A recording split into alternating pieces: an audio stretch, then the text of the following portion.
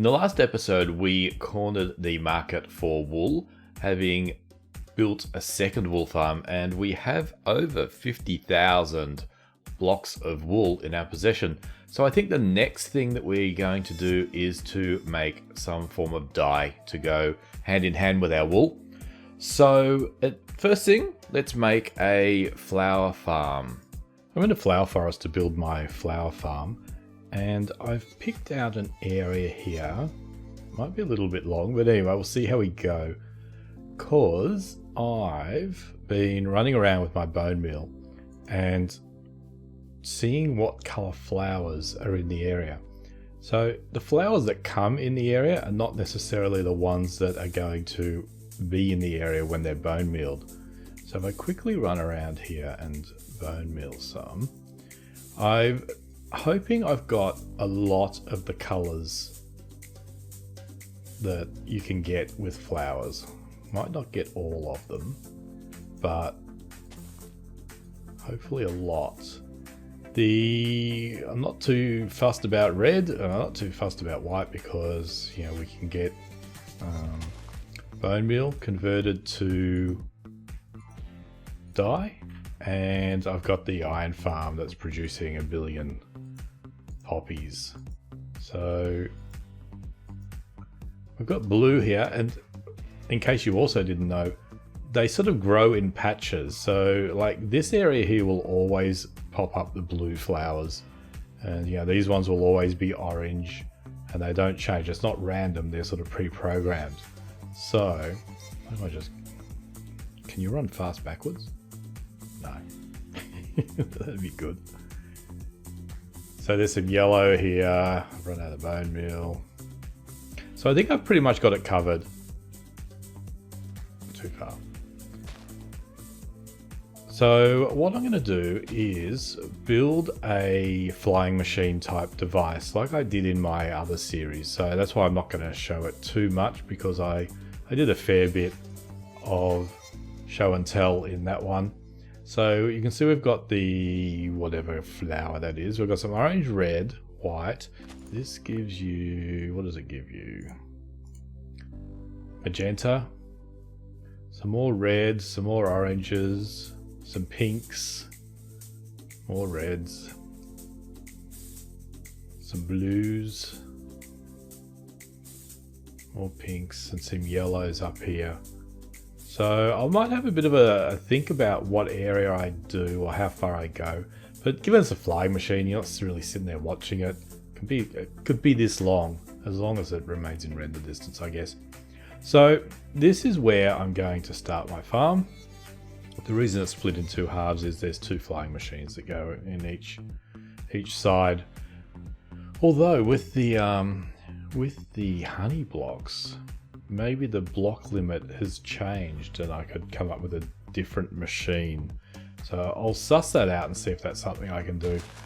So I'm going to go off and build it now. I'm going to also build a 0-tick farm to give us sugarcane to mulch up and turn into bone meal. So it should support itself. You know, it's going to be a bit of a job. So I have spent forever building this farm here, and these are the flying machines that go along and knock down the flowers into little water areas at the end.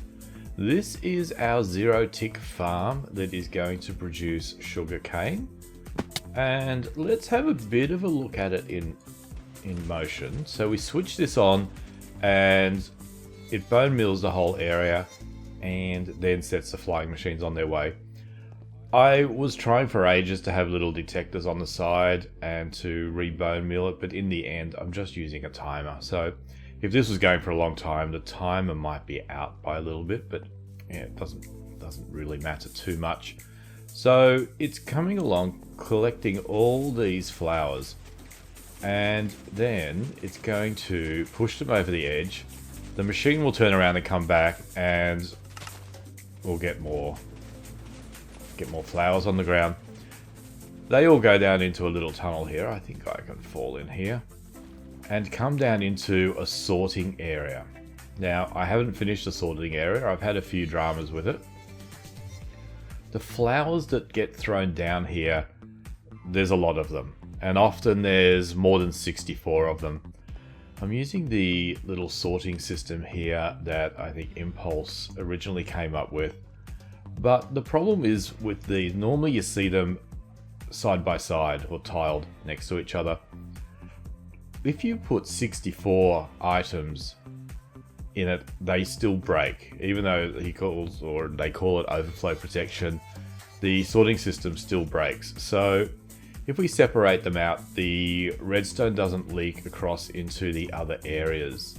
So this is what I'm planning on doing. And because there's so much of them, if it was a hopper chain coming along, I don't think I can get back up there. If there was a hopper chain coming along, they just can't keep up. So I'm having the water go along. This is my idea. Let me get back up here. There's more flowers arriving. When I eventually get out of here, see, why was that so hard? I'm going to have the water come along here, pick up a few from the hoppers, then come around and do another sweep. And then my plan is anything that's left over, so things like the red poppies and the grass seeds and probably a lot of the white flowers will come back, and I'll shoot them all the way back up to the end where the zero tick farm is to mulch them back into bone meal. Because, let's get up here. I'm going to switch the farm off. I think they may have just, where are they? He's just taken off. So it'll get to the end, it'll come back. On its return, it won't switch, it won't plant any bone meal. So let's have a quick squeeze in here. So this is the zero tick farm. And who came up with this? I can't remember whose design it was. I'll put something on the screen just there to say who it was and put a link up the end. So I had some dramas with it that I think I left it running and then walked away, and I think chunks unloaded, and I came back and there was water flowing out through here. So it took a little bit getting it back together. So that's why I've protected some of the redstone here. But we can switch it on with the on-off switch hiding over here. There it goes. It's nice and noisy. I'll turn the volume down for you. And you'll see... Did we see? There we go. So it's growing and they're coming in the chest. They're getting... I always do that. They're getting mulched up in here. Then there's two of them. This is doing this side. And they're coming along, and then out here somewhere. Into here. And I've got a little cart running around. There he goes. Comes down, picks it up, and takes it back. So the problem is, I'm going to switch this off so I don't break it again. I don't think this is going to produce enough. Even though it's producing a hell of a lot better.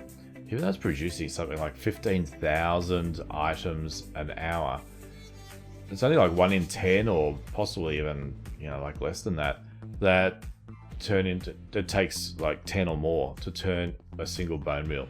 So that's why I think I need to bring back the stuff that I'm not using down the other end up here to also feed into the bone meal part of it all. So that is where we're at. So it's mostly ready. Well, ready. It's 80% done. All I've got to do now is sort out the sorting system. And then we should have our working flower farm. Okay, so I'm going to go off and finish up the sorting. And I'll pop back and show you, fingers crossed, a nice finished product.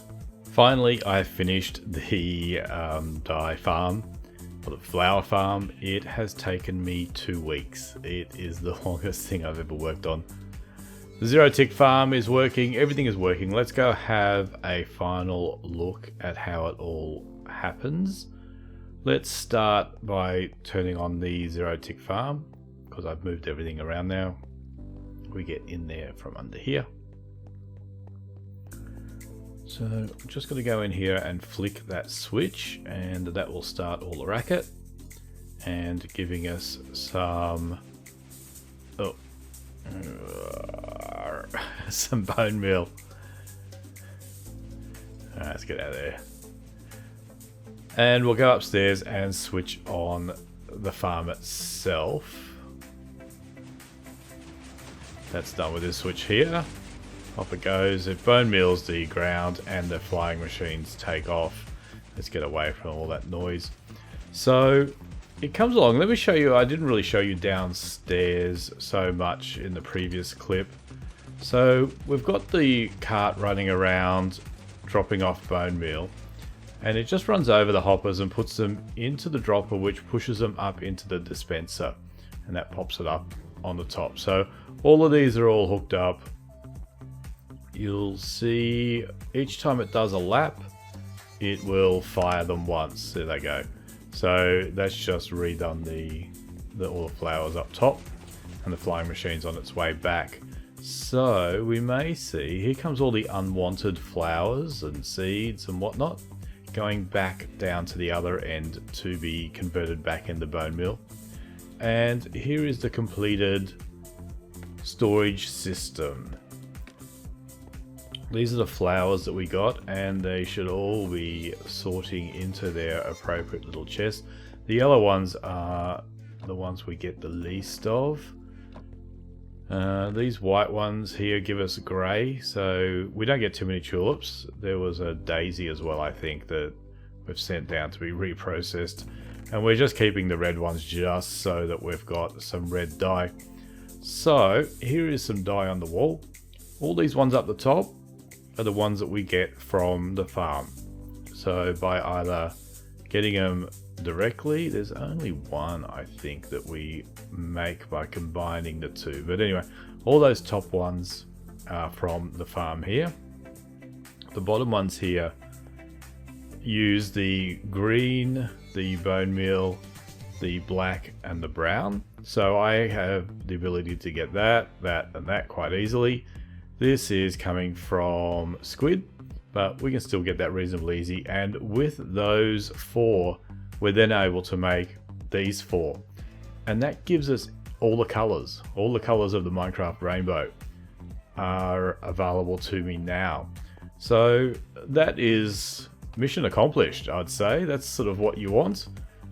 So I'm going to... Sorry if you see the flowers come past. I'm going to set up a shop or something. I haven't really worked out what I'm going to do yet in the shopping district with the dye. I might put it sort of like in conjunction with the wool shop. I might just change the way that sort of works. This is the return. They come up and they go into their own little composter. So here comes some now. So they get composted back into compost to be redistributed. I'm going to switch this off because it's too damn noisy and I'm still not used to having to go this way to get down there. Just got a little bit of tidying up left to do. I've got some chests lying all over the joint. Let's see if I can get through here without too much drama.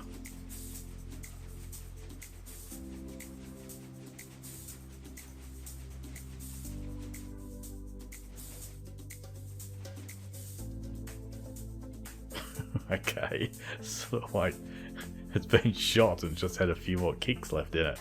Don't know what that was about. But anyway, he looks like he's off. That's a flying machine. I'll switch him off as well.